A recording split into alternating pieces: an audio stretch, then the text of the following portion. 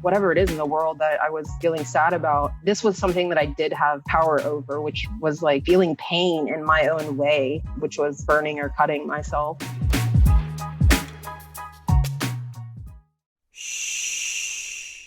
Welcome to the Secret Life Podcast. Tell me your secret. I'll tell you mine.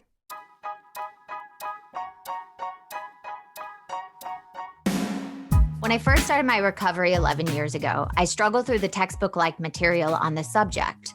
I wanted to make the addiction and the recovery from it accessible and relatable to more people by telling it in an entertaining way.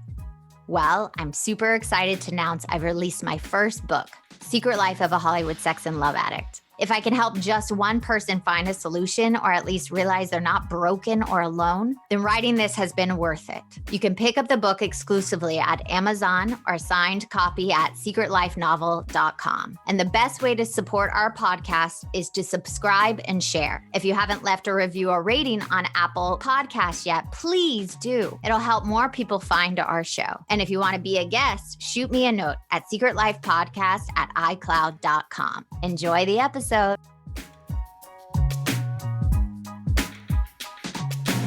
Welcome to the Secret Life Podcast. I'm Brianne Davis-Gantt. I am here today to pull back the curtains of all human secrets. You know, the ones we hide from ourselves deep down inside that we never tell a living soul and we're probably going to go to our deathbed with. Or the other secrets that are silly, embarrassing, and you just don't want people to know about them. You know, the how, what, when, where, and why of it all. So today, my guest is Jill. So Jill, I have a question for you. Dun, dun, dun. What is your secret? My secret is that I burn or cut. Started off as cutting and then went more to burning. So if you look at my arms, you can see different sort of shapes and things on my arms. Some of it was intended to look that way and some of it just sort of worked out that way. And unfortunately, lean on hurting myself sometimes when I'm not feeling well. Wow. So when did this start?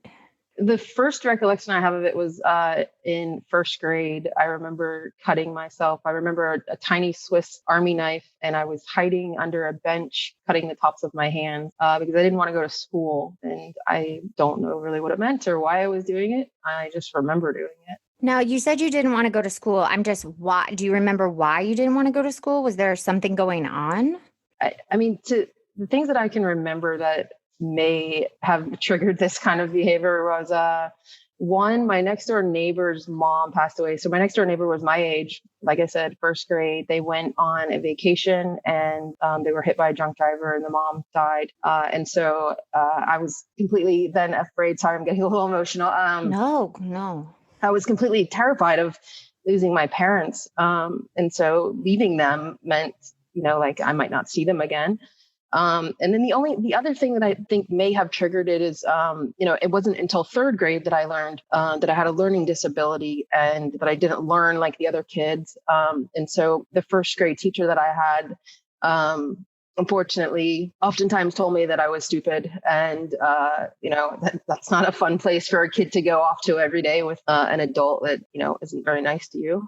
Well, I don't know if you know this. I also have a learning disability, really bad, where I couldn't read and I hated school. When someone called me stupid, it was like a dagger in my heart. And it made me definitely like go into myself and a fear of people. Is that what you felt after having that experience? Like you just wanted to like hide or not be you anymore? Because I had that. Yeah, it was sort of weird. So I excelled at sports. And so like, I've always been a confident person. And I know I'm not stupid. Like I can pick things up quickly. I just have to do the thing. I can't. So my learning disability is with retaining information and comprehension. And so like, if you tell me to read something and then tell you how many purple cats there were, like, I don't remember. It's not from not trying. That's just not how my brain works. But if you give me a piece of paper and let me color in the cats, then I'll, remember exactly what it was. So I think adults are supposed to protect kids, and for being that young, an adult telling you that you're not smart. I don't know. I like I said, like I was confident in other ways. And also my parents like always told me that I was special and a good kid. And so I think having good friends and family around me, like always sort of like kept my head bubbling, sort of treading water or sort of above the wave. Because had it not been for that, like, having an adult tell you that you're stupid, I think can sure make you feel stupid. Yeah. Oh, yeah. Yeah. Well, it does. Now, going back to that first time in first grade, do you remember the feeling you got after you cut yourself with that Swiss Army knife? I don't. I can't say that I do. No. Do you remember like later doing it and how it progressed down the line? Yeah, I mean, I guess it made me feel like empowered of the situation because I felt like I didn't have any power about going to school or what it was that I was upset about, just like whether it be about school or a relationship or whatever it is in the world that I was feeling sad about. This was something that I did have power over, which was like feeling pain in my own way, which was burning or cutting myself. So doing that behavior, did you tell anybody? How long did it go on? Did your parents know? No, I mean, and to be honest, I wear long sleeve shirts. Like, when I was a kid, they were much less defined. And so it looked like a scrape or a scratch. And then I would wear, a long sleeve shirt so people couldn't see me when I'm in the office, present time, always wear long sleeve shirts. And if it is just ragingly hot outside, like I might wear a short sleeve shirt, but then I like quickly get questions and I put a long sleeve shirt on. So no, I didn't share it. I definitely didn't share it growing up. I mean, it's not something I'm like proud of or that I feel like I even know how to talk about it. Right. No, I get it. I mean, when we do stuff to ourselves, the reason like I inflicted pain on myself in an emotional way is because I felt so empty and out of control in life. I mean, we have control over nothing. And it seems like this was what you did to have some kind of control over it.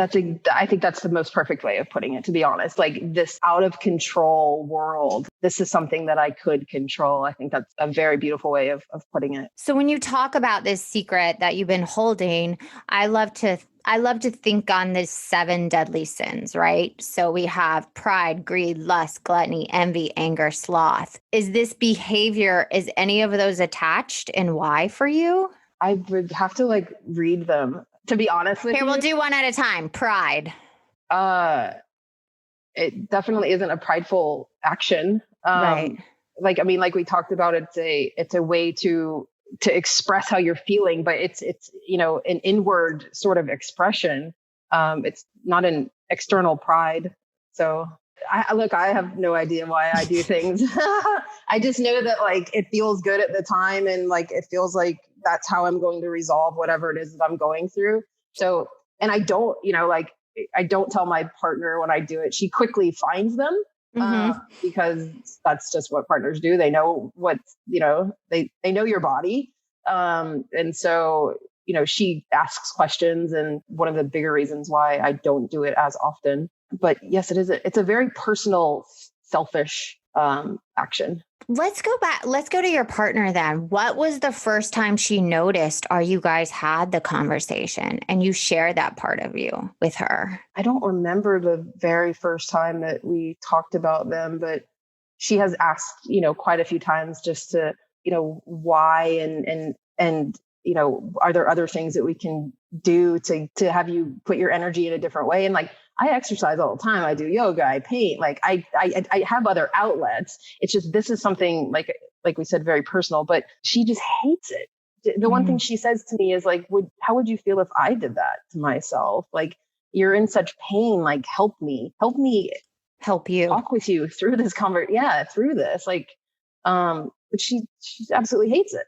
Yeah. I mean, she's watching her loved one hurt themselves physically. And that I will talk about, like, I do know a friend of a friend, when he was in pain, he would literally go in the closet and like hit himself with a belt. And that's kind of what it's clicking in my head. It's like causing yourself physical pain because you want to get out of the emotional pain. That's so right. I mean, even when I'm not doing that, like I found myself yesterday, I was in traffic and I was sort of agitated, and I was just bending my fingers back as hard as I could because like I didn't want to be aggravated and frustrated in the situation that I was. It wasn't just about traffic, but like there were other things going on in my head. But like, yes, there are other things that I do that you're right. You just let me breathe for a second, like in my head. Just give me a second. And so if I can put pain on my fingers or my arms or something, then my head doesn't go as fast as it, normally would.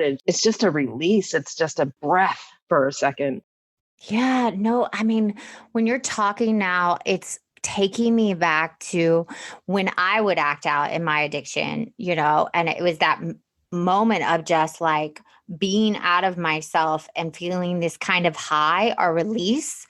But then the problem is, it's going to come back.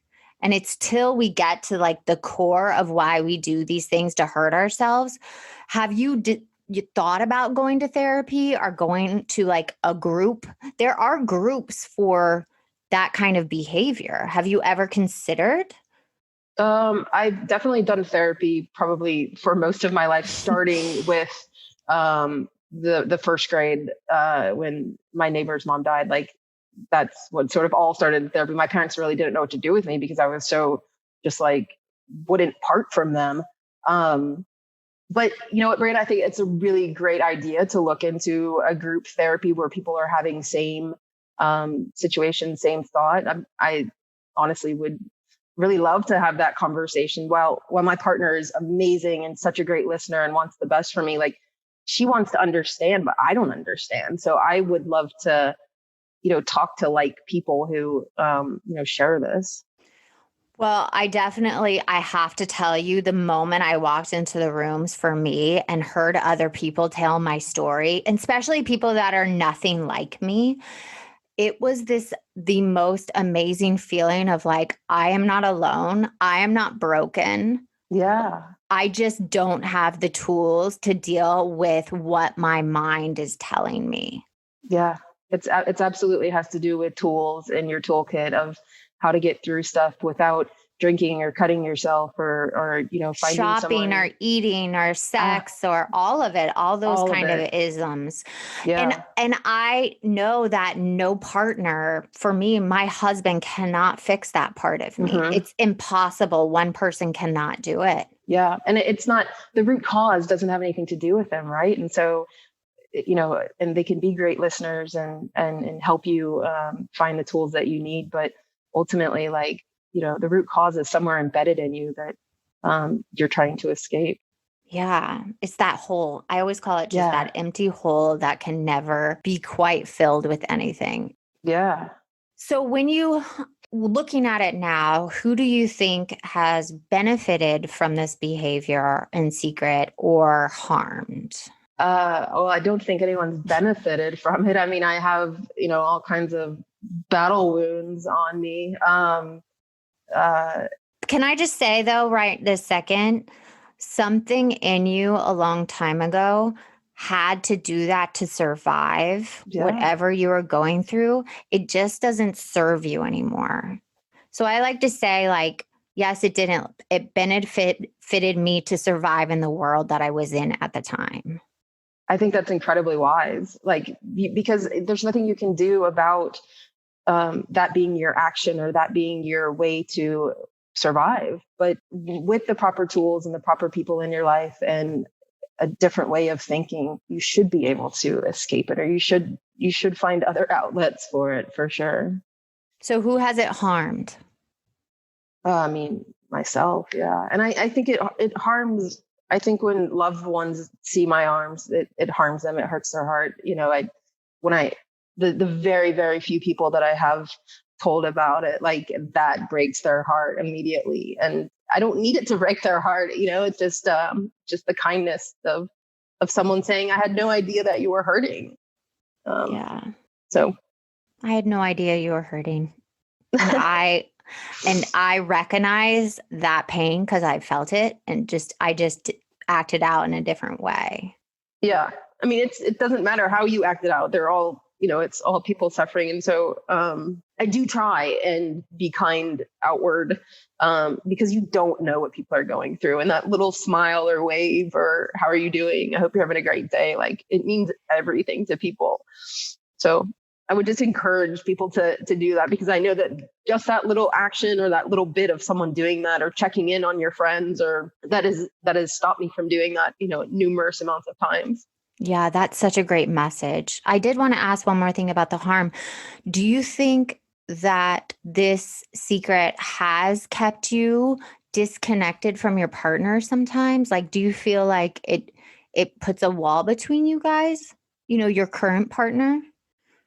I don't really, our relationship is just absolutely based on honesty and love and compassion. And so I don't think there's anything that we don't share, or that there's a wall. And it's because of her, like her undevoted, unconditional, like just absolute, I take you as you are. I hope that people find that person in their life, because I honestly didn't know that existed, that someone would be that unconditional with like, you're not broken, you're beautiful. I'm not blinking an eye at the stuff that you do. Like, let's figure it out together. So because of that, I don't think there is any sort of a barrier between us. Oh, that's so beautiful. It's like they love you with your flaws and all, And that makes them love you even more. Like that's what's so beautiful, is that they love you even more with your flaws. Yeah, because I love the people I love the most in my life are the ones that have been through the darkest and darkest moments, and they've come to the other side. There's something about that survival that just inspires me. Like you're talking right now, and I seriously have chills. Like it just like gives me this hope that no matter how dark you get, there's always a way on the other side, and to find love and connection.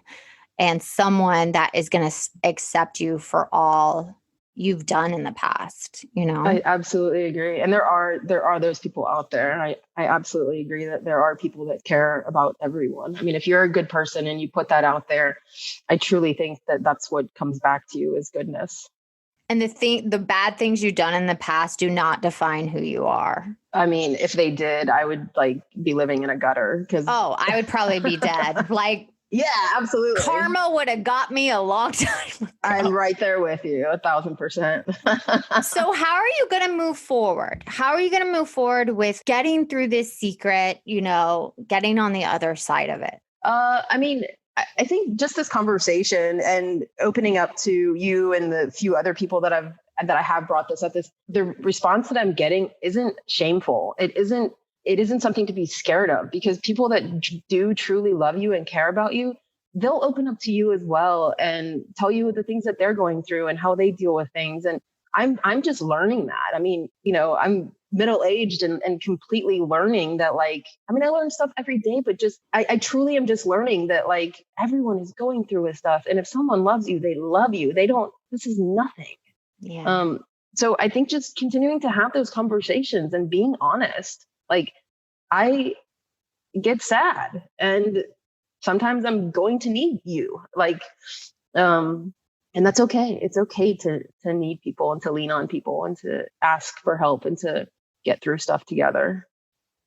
Well, I'm so grateful for you sharing this. And I'm going to put on this particular episode, I'll put a link to groups that people can reach out to, numbers they can call, because when you realize you're not alone, it just lets go of all that shame or all that, self-hatred we feel. And so I really hope, as talking to you, you maybe think about, calling in and getting a support group, because no matter what your partner says or how much people love you, it makes the world of difference when you're not alone. Yeah, you're absolutely right. And I thank you for letting people share their truth, because it's a scary thing. It's so scary. And to know that you're doing this with other people who are telling their secrets, I just think it's incredibly powerful. And I think it's something you should be really proud of. Well, thank you. That means a lot. Yeah, absolutely. Thanks for being on the show. Thank you for listening. This is Secret Life Podcast with Brianne Davis-Gantt. If you want to be on the show and you have a past secret that you've already moved through and on the other side, or a present one that you're still holding, please message me below. I would love to have you on, or email me at secretlifepodcast@icloud.com. And until next time, thanks for listening. Bye.